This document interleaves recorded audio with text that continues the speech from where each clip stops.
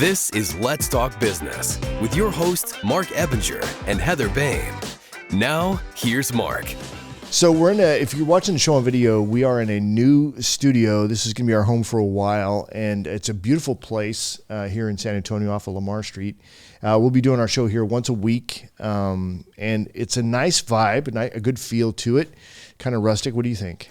I like it. It's a little bit industrial. It's got a very modern feel to it, and it's the way of the future to go to podcasts. So yeah, we're just sticking with the times. Absolutely, and we got a nice big TV over here that you guys can see.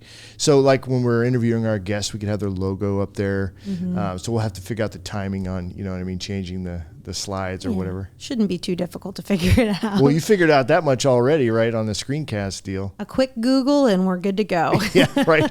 I got a lot of other stuff I'm figuring. I'm glad you figured that out because I was like, I don't know if I want to tackle it. So big topic is we're not on the radio anymore. We just went to podcast. So that's been kind of an interesting journey. The radio platform that I was on notified me that they were going to cancel my show, kick me off the air because there was a direct competition that they felt, which I think they're right. I mean, I was competing with them. I was doing extremely well, or I am doing extremely well on social media. And then I do social media advertising as well. So then they really focus. It's kind of surprising that radio would focus so heavily on digital media.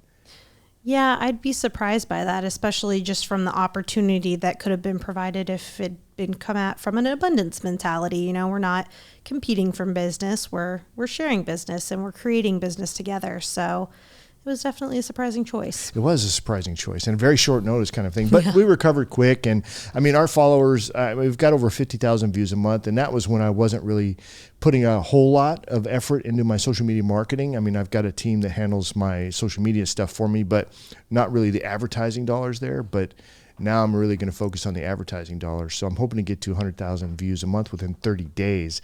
But right now I'm going through a lot of rebranding and stuff like that on all my social media channels. So if you're following me on social media or the show on social media, there's going to be a bit of a hiccup. There's going to be a bit of a change over in progress. But just know that it'll be even better when we get on the other side. And a lot more accessible too, I feel like. This gives everybody the ability to jump on and listen in when they're available rather than having to go on at a specific time to listen on the radio as well. That is a big ask. And I think that the reality is that people really don't listen to the radio that much. There's still a segment that does, but I don't think we're losing much by getting off of the air and just focusing straight. In fact, I think we're going to gain a whole heck of a lot more.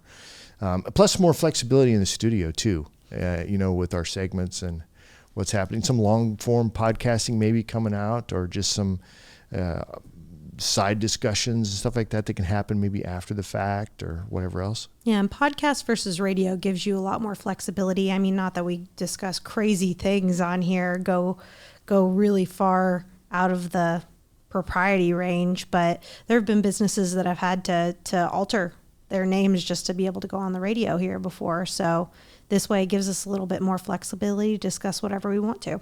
Yeah, radio is a very controlled environment. I mean, it's almost shockingly so that it feels very controlled. And so being out here, it's like I'm not quite used to having a lot of the flexibility that I think we're going to have. So it'll be interesting to see what comes.